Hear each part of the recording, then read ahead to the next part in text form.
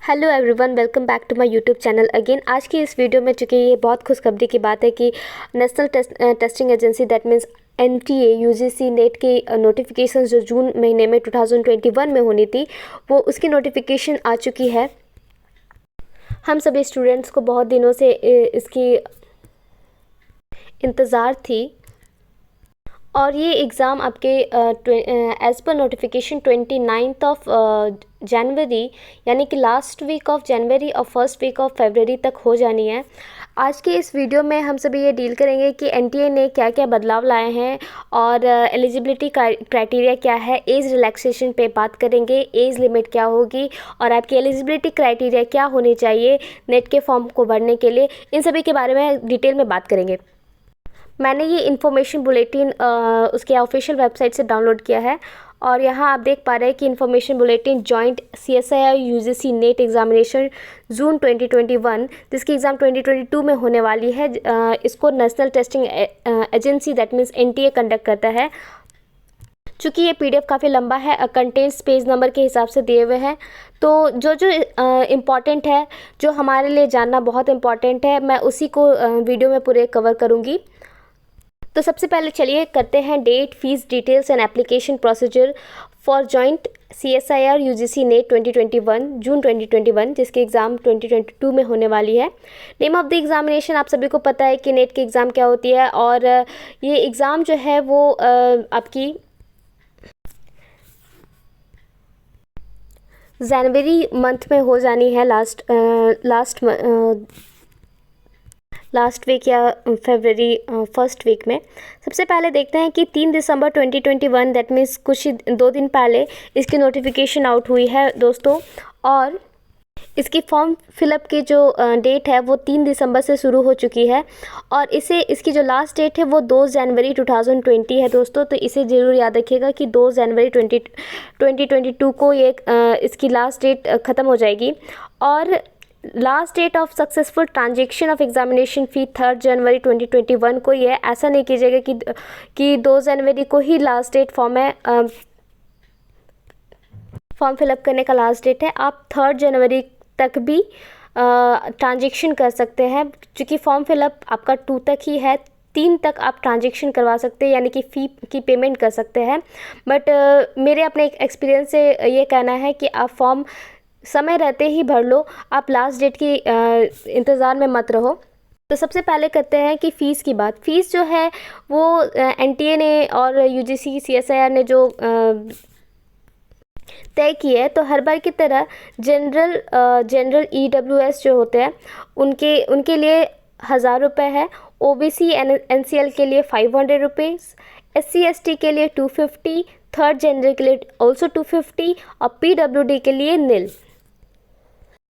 मानिए कि fees payment करने के बावजूद भी अगर आपके फॉर्म में भरने में कुछ गलती हो गई है या कोई भी पर्टिकुलर आपको करेक्शन करना हो, तो आपको CSIR UGC आपको एक चांस देती है जो कि 5 जनवरी टू 9 जनवरी होगी और इसके डेट के अंतर्गत आप उसे करेक्शन कर सकते हैं। ऐसे आपके लिए एक पढ़ देती हूँ। Downloading of admit card by candidate from NTA website to be announce later through website. That means admit card कब आएगा इसकी कोई डेट निर्धारित नहीं की गई है, ये बाद में अनाउंस किया जाएगा। मोड ऑफ एग्जामिनेशन जो होंगे वो CBT मोड होंगे, दैट मीन्स कंप्यूटर बेस्ड जो मोड होते हैं या फिर CBT टेस्ट बोलते हैं उसको, ठीक है। पैटर्न ऑफ एग्जामिनेशन MCQ होंगे, आप सभी को पता है।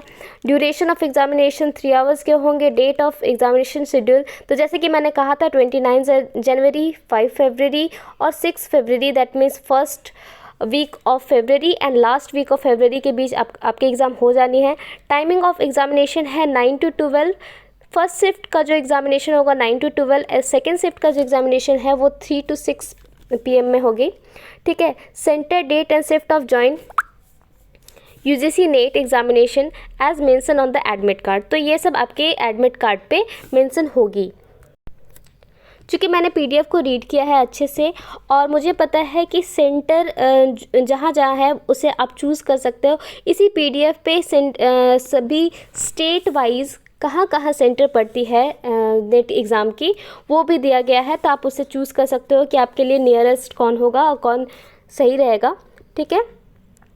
Display of recorded responses and answer keys, answers की जो होंगे वो भी अभी उसका डेट कोई फिक्स नहीं है, to be announce later on website, ठीक है। डिक्लेरेशन ऑफ रिजल्ट की भी जो डेट है वो आपको अभी दी नहीं गई है। वेबसाइट यहाँ पे दिया गया है, आप यहाँ से डायरेक्ट वेबसाइट को अप्रोच कर सकते हो, ठीक है। वेबसाइट में डिस्क्रिप्शन पे भी आपको लिंक प्रोवाइड करा दूँगी। फॉर्म फिलअप करने के लिए यहाँ पे follow the steps given below, that means जो स्टेप्स होंगे यहाँ पे दिए हुए हैं। स्टेप 1 कहता है कि apply for the online registration. तो आप सभी को पता है कि किसी भी फॉर्म को फिलअप करने के लिए आपको पहले रजिस्ट्रेशन करवाना पड़ता है, जिसमें ईमेल आईडी की ज़रूरत पड़ेगी और मोबाइल नंबर की ज़रूरत पड़ेगी। सेकेंड स्टेप कहता है कि fill in the online application form and note down the system generated application number. तो आप जैसे ही रजिस्ट्रेशन करोगे दोस्तों, आपको एक एप्लीकेशन नंबर या एप्लीकेशन नंबर आपको जनरेट की जाएगी, ठीक है, उसको आपको रखना है। उसके बाद थर्ड नंबर कहता है कि upload eligible scan images of recent photograph, JPEG file size 10 KB से लेकर के 200 KB के बीच होनी चाहिए। 200 KB एक्सीड नहीं करनी चाहिए। आइदर इन कलर और ब्लैक, आप ब्लैक एंड वाइट भी कर सकते हैं, कलर फोटो भी दे सकते हैं। With 80% face without mask, 80% face आपका वहाँ पे आना ही चाहिए और वो विदाउट मास्क होना चाहिए। आप इस नोटिफिकेशन को और इस यहाँ पे जो दिए हैं इसे अच्छे से पढ़ लें, वीडियो को स्टॉप करके एक बार, ठीक है।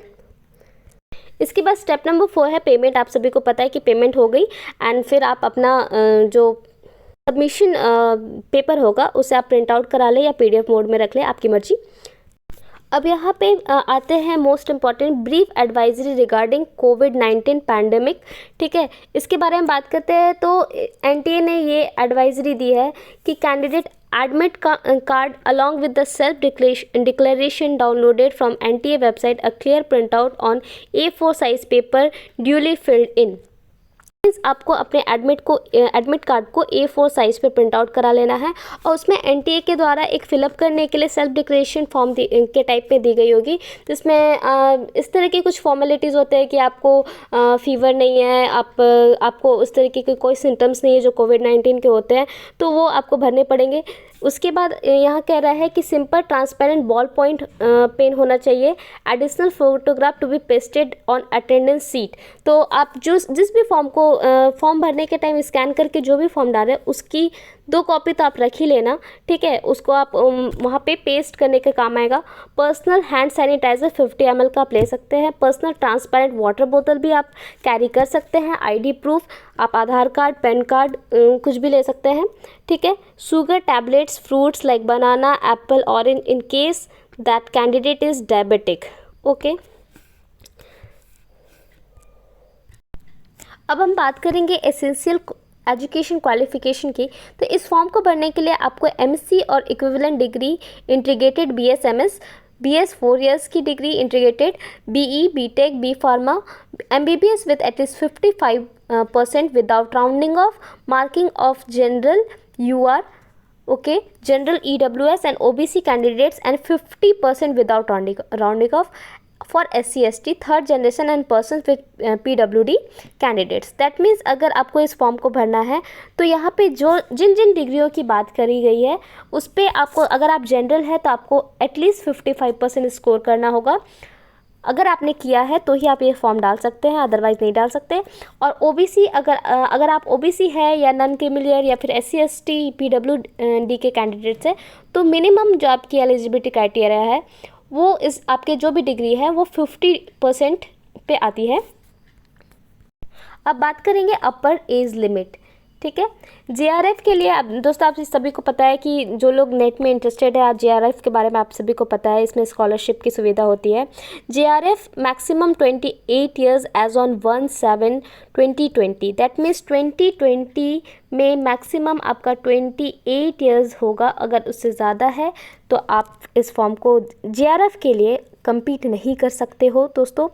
अगर इसमें कुछ रिलैक्सेशंस भी है, अपर एज लिमिट में be relaxable up to 5 years in case of SC ST third generation and PWD या फिर female applicants and 3 years female applicants and 3 years in case of OBC non creamy layer applicants, okay. तो यहाँ as आप अपने group को choose कर लीजिए कि आप PW है, डी के है, या फीमेल एप्लीकेंट्स है, या SC ST है, या नॉन क्रीमी लेयर के है, तो उस हिसाब से आपकी एज रिलैक्सेशन कितनी बनती है। ठीक है। बी नंबर लेक्चरशिप या फिर असिस्टेंट प्रोफेसर के लिए जिसमें स्कॉलरशिप की कोई सुविधा नहीं होती है, तो no upper age limit, that means इसमें कोई एज बाउंड्री नहीं लगाई गई है। आप कितने भी ईयर के हो आप इस एग्ज़ाम को दे सकते हो या इसके लिए कम्पीट कर सकते हो। चलिए दोस्तों, नोटिफिकेशंस के पर आधारित एक और अहम पहलू पे ध्यान देते हैं। तो मोड ऑफ एग्जामिनेशन पहले मैंने बता दिया है कि ये CBT मोड में होगी, computer based test. Pattern of question paper जो होगा आपका, तो चलिए दोस्तों मैं इसे डिटेल में दिखाऊंगी। पैटर्न ऑफ क्वेश्चन, तो the test will consist of 3 parts.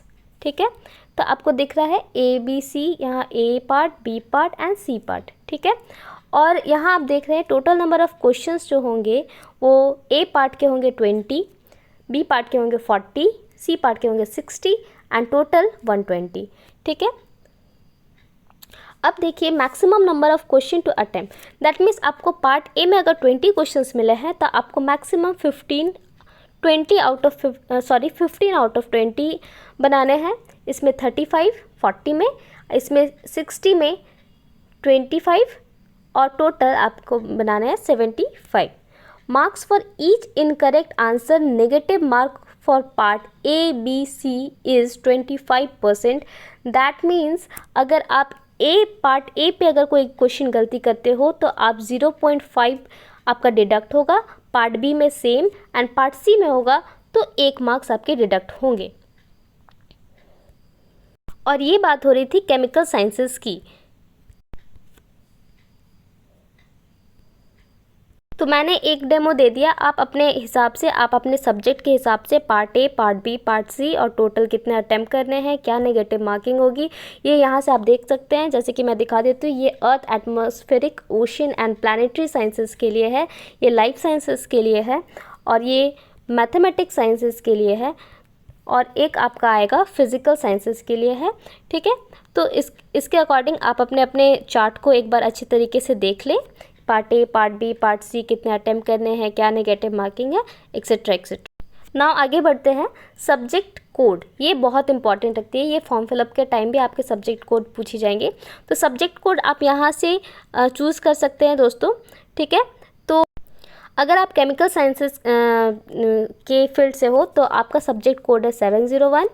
ठीक है, अर्थ, एटमॉस्फेरिक, ओशन, प्लानिटरी साइंसेस से हो तो आपका जो कोड है 702, लाइफ साइंसेस से हो तो 703, मैथमेटिक्स से हो तो 704 एंड फिजिकल साइंसेस से हो तो 705। ओके दोस्तों, अब आपके दिमाग में आता होगा कि सिलेबस क्या है इस एग्ज़ाम का। तो जो लोग पहले से तैयारी कर रहे हैं उन्हें सिलेबस पता होगा, लेकिन मैं फिर भी कहूँगी कि नोटिफिकेशन जब भी न्यू आती है तो आप सिलेबस को एक बार फिर से देख ले कि कोई चेंजेस तो नहीं है। ठीक है, तो आप सिलेबस को फिर से एक बार यहाँ पे जो लिंक दिया हुआ है मैं डिस्क्रिप्शन में दे दूँगी, तो ये लिंक को आप पे जाओगे और आप अपने सिलेबस को वहाँ से डाउनलोड कर सकते हो। अदरवाइज़ आप sarkariresult.com से भी डाउनलोड कर सकते हो। नाउ बढ़ते हैं वीडियो के अंत की ओर, और यहाँ पे आप देख रहे हो कि list of exam cities for joint CSI UGC NET June 2021, जो कि 2022 में इसकी एग्ज़ाम हो रही है। ठीक है, आपको इस कॉलम पे स्टेट्स के नाम दिखेंगे। ठीक है, यहाँ से स्टेट्स के नाम है, आपकी जो भी स्टेट है, अंडमान निकोबार, आंध्र प्रदेश के बहुत सारे सेंटेंस है सिटीज़ में, और असम, बिहार, छत्तीसगढ़, दादर नगर हवेली, दमन दीव, गोवा, गुजरात, हरियाणा, हिमाचल प्रदेश। ठीक है, झारखंड। ठीक है, और यहाँ पे आप देख सकते हो झारखंड, चूँकि मेरा स्टेट खुद का झारखंड है तो मैं इस पर थोड़ा सा डिटेल बताऊंगी। तो झारखंड बोकारो स्टील सिटी आपका एक सेंटर पड़ेगा। ठीक है, दूसरा धनबाद पड़ेगा, तीसरा आपका हज़ारीबाग और जमशेदपुर, फिर रांची। दैट मीन्स बोकारो, धनबाद, हज़ारीबाग, जमशेदपुर और रांची, ये 5 सिटीज़ में आपके एग्ज़ाम कंडक्ट होंगे ही, और ये पांचों में से आपके जो सबसे नियरेस्ट है या आप जहाँ रहते हो तो आप इसका चुनाव कर सकते हो। और अकॉर्डिंगली आपके स्टेट्स के हिसाब से, आप सभी के स्टेट्स के हिसाब से, राजस्थान, तमिलनाडु, उत्तर प्रदेश वगैरह, वेस्ट बंगाल जितने भी है, तो आप अपने स्टेट्स के नियरेस्ट सिटी पे जाकर के एग्ज़ाम दे पाओगे। ठीक है, तो होपफुली ये मेरा जो वीडियो है आपके लिए काफ़ी हेल्पफुल रहा होगा चीज़ों को समझने में और चीज़ों को आसान तरीके से कम समय में समझने के लिए। और अंत में मैं कहना चाहूँगी कि जो लोग एग्ज़ाम की तैयारी कर रहे हैं वो बेहतर ढंग से करें, क्योंकि एग्ज़ाम्स और काफ़ी सामने आ चुकी है। और जो लोग पहले से भी तैयारी कर रहे हैं वो अपनी तैयारी को अब बूस्टअप और ज़्यादा करें, ताकि एग्ज़ाम्स अच्छे से हो और आप क्वालिफाई कर पाए। दोस्तों, चैनल्स को सब्सक्राइब करने के लिए ना भूलें, लाइक करें, सब्सक्राइब करें, दोस्तों के साथ शेयर करें और अच्छा लगे तो कमेंट ज़रूर करें। थैंक यू दोस्तों।